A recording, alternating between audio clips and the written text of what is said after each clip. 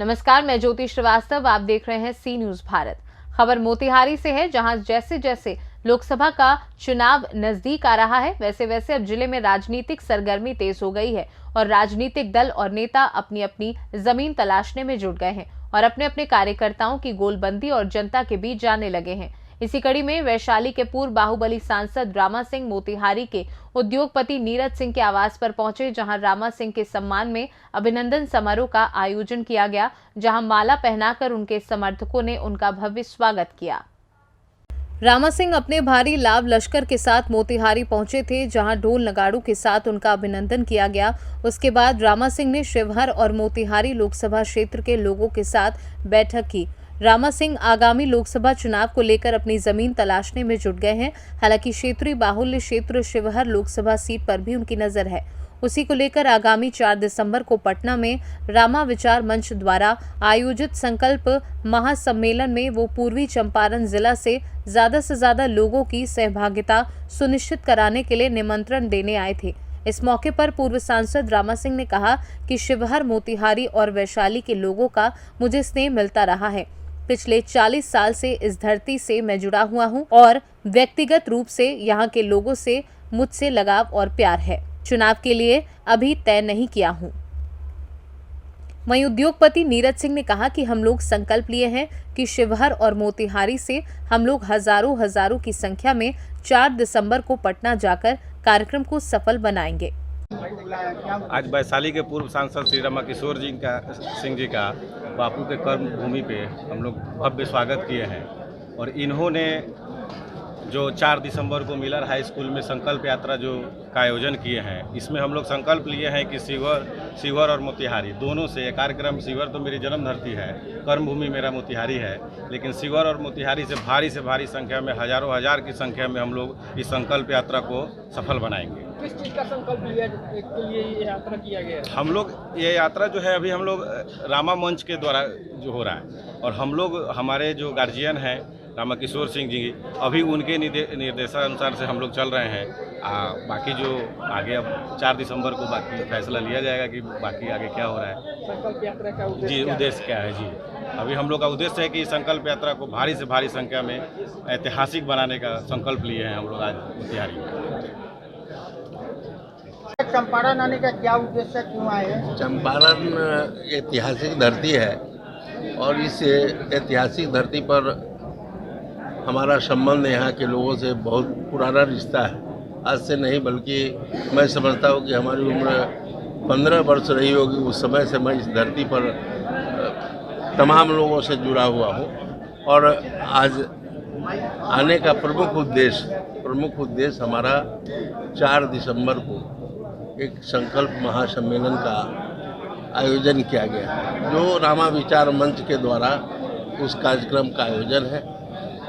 उसी में सभी लोगों को आमंत्रित और न्योता देने के लिए मैं आज यहाँ पहुँचा हूँ और उसमें तमाम लोग हमसे पुराने परिचित हैं, हमसे हमारे हृदय से सभी लोग जुड़े हुए हैं। नीरज जी हैं, अरुण भाई हैं। रैली होगी सर, उसका क्या उद्देश्य है, क्या रैली? देखिए रामा विचार मंच जो है हमारा एक लोगों ने बना के रखा है और हमेशा अपने महापुरुषों को याद कभी करते हैं, कभी जो अधिकार की बात करते हैं, हमेशा जो है करते रहते हैं। पटना में भी होता है और जिलावार भी होता है। मोतिहारी में भी पहले कई कार्यक्रमों में हमने हिस्सा लिया है। तो उसी तरह का एक महासम्मेलन है जो पूरे बिहार से जो इस मंच से जुड़े लोग हैं, उन लोगों का जमवारा है वहाँ पे और काफ़ी संख्या में लोग वहाँ जुटेंगे और उसी के लिए सभी लोगों को सादर आमंत्रित करने के लिए मैं यहाँ पहुँचा हूँ। देखिए राजनीतिक इस प्रजातांत्रिक व्यवस्था में, इस लोकतांत्रिक व्यवस्था में अब तलवार का जमाना हम लोग का समाप्त हो चुका है। तो लोकतांत्रिक व्यवस्था में राजनीति हमारा प्रमुख हथियार, किसी भी समाज को आगे उसकी उन्नति के लिए इसका प्रमुख जो है हथियार यही है, राजनीति है। तो उद्देश्य सबका वही है, सबका उद्देश्य यही है कि समाज का जो है हम भला कर सकें, समाज की उन्नति में हमारी भागीदारी और हिस्सेदारी हो, यही प्रमुख उद्देश्य है।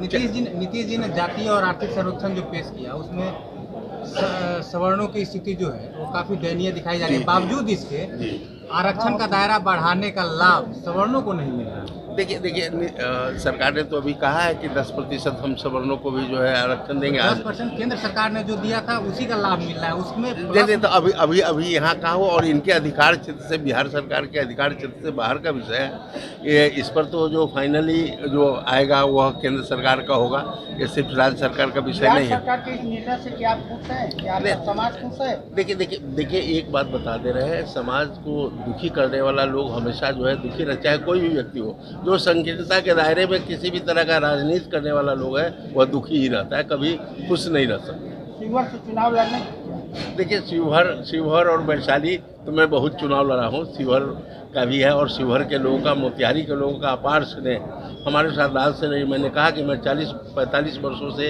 इस धरती से जुड़ा हुआ हूँ, और तमाम लोगों से व्यक्तिगत लगाव हमारे हैं, सभी लोगों का अपार स्नेह हमको मिलते रहा है। तो चुनाव के लिए हम लोग यह तय नहीं कि भाई शिवहर तो 2004 से लोग जो है यहाँ लगातार हमारे लिए जो है यहाँ से हजारों हजार की संख्या में जाकर के हमारी आवाज़ को बुलंद की है, जहाँ करना पड़ता। क्षत्रिय समाज के लिए सेफ माना जाता है शिवहर। जी क्षत्रिय समाज के लिए सेफ माना जाता है। नहीं, देखिए क्षत्रिय समाज के साथ साथ हम लोग हमेशा सामाजिक समरसता की बात करने वाले लोग हैं।